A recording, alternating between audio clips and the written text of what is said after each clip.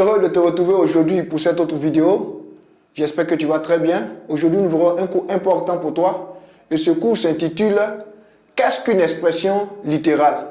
Qu'est-ce qu'une expression littérale?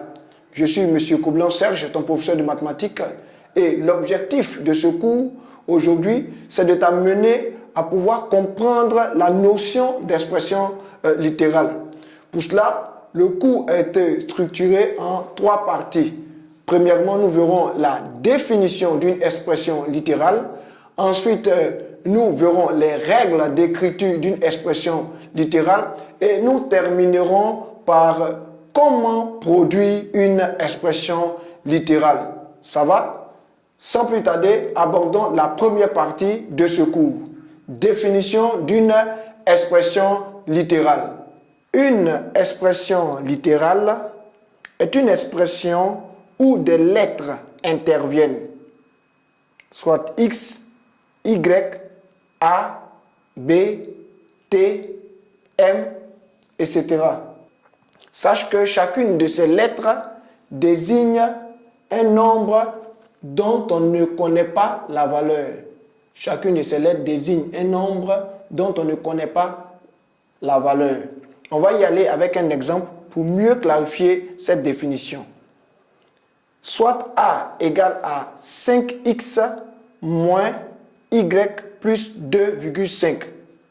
Regarde bien les x et y, ce sont des lettres qui sont à côté des chiffres. Quand on prend B est égal à 10, entre parenthèses A plus 5B. Là encore, on voit des lettres qui interviennent près des chiffres. C est égal à moins 3t carré plus 7. Tu vois ici qu'on a un t qui apparaît ou qui intervient dans des chiffres. Ça va? Donc, A, B et C représentent ici ce qu'on appelle des expressions littérales. Pourquoi? Parce que simplement, on a des expressions où des lettres interviennent. J'espère que tu as bien compris cet exemple. Ça va? On va y aller maintenant avec la deuxième partie de notre cours en ce qui concerne les règles d'écriture d'une expression littérale. Si le signe de multiplication est suivi d'une lettre ou d'une parenthèse, alors on peut ne pas écrire le signe de multiplication afin d'alléger les écritures. Autrement dit, dans une expression littérale, on peut supprimer le signe croix indiquant une multiplication, premièrement, entre un nombre et une lettre. Comme exemple, on voit ici 5 croix A.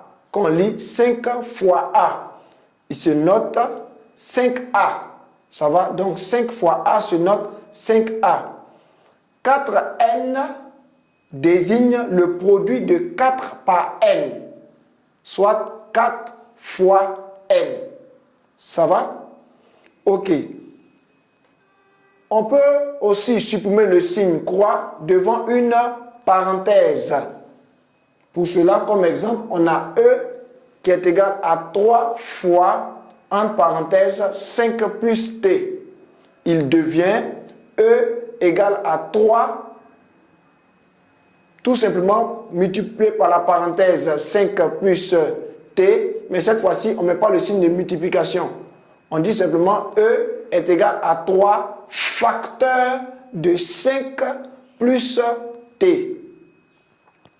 Comme autre exemple, on a H qui est égal à A plus B multiplié par C plus D.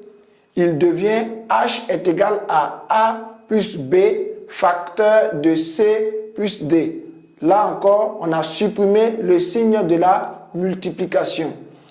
Comme dernier exemple, on a F qui est égal à M multiplié par 6 plus M entre parenthèses.